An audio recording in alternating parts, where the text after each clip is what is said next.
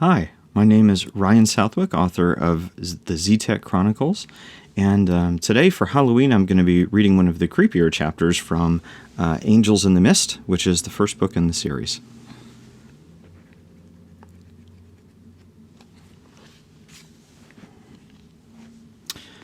Chapter 57, Hunger.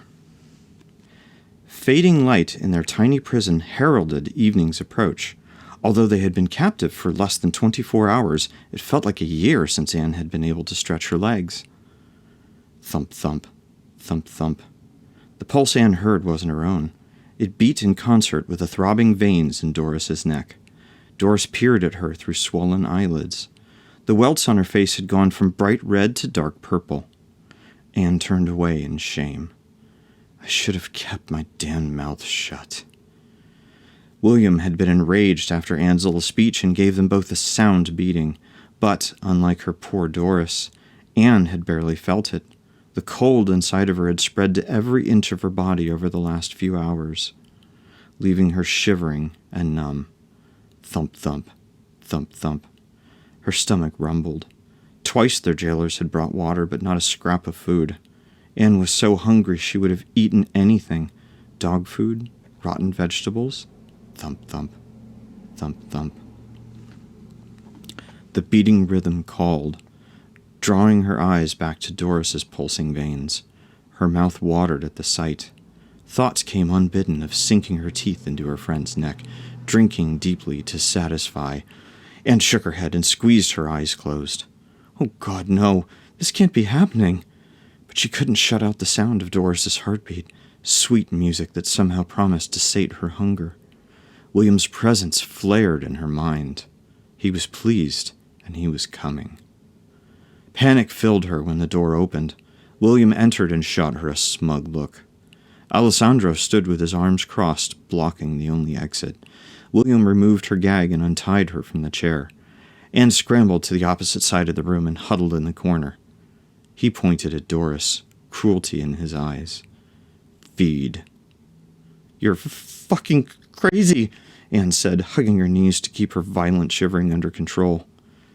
Feed, he said again, but this time she felt it in her mind as well. His command flared her hunger into a blazing primal need that consumed all other thoughts. Anne rose on shaking legs and stumbled toward the only food source in the room. Doris shrieked from behind her gag, shaking her head wildly. The horror on her friend's face cut through Anne's ravenous instincts. This is Doris, she thought desperately. Doris! That she had to remind herself the person tied to the chair wasn't Emile, but her best friend in the world, terrified her more than any nightmare ever could. Anne fell to her knees with an anguished wail and pressed her head to the floor. No, she cried, pounding her fists on the concrete. I won't do it! Not to my Doris! I won't! I won't! I won't! Doris grunted in pain, and a delicious smell filled the air. Anne recognized it instantly. Blood. The thought filled her with revulsion and excitement. Doris's blood.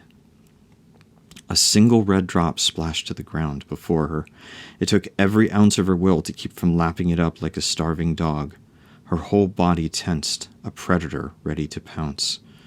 Do it, William said, eyes wide with anticipation. No, Anne said through clenched teeth. Her vision tunneled to the red splotch on the floor. The smell was more intoxicating than anything restaurant Gary Danko could offer. She panted with the effort to hold her ground. Take her! Spittle flew from William's bared lips. She's not your friend, she's food. You stare at that pitiful drop like it's your last meal, but there's so much more waiting inside those veins. Doris's heartbeat was thunder in her ears.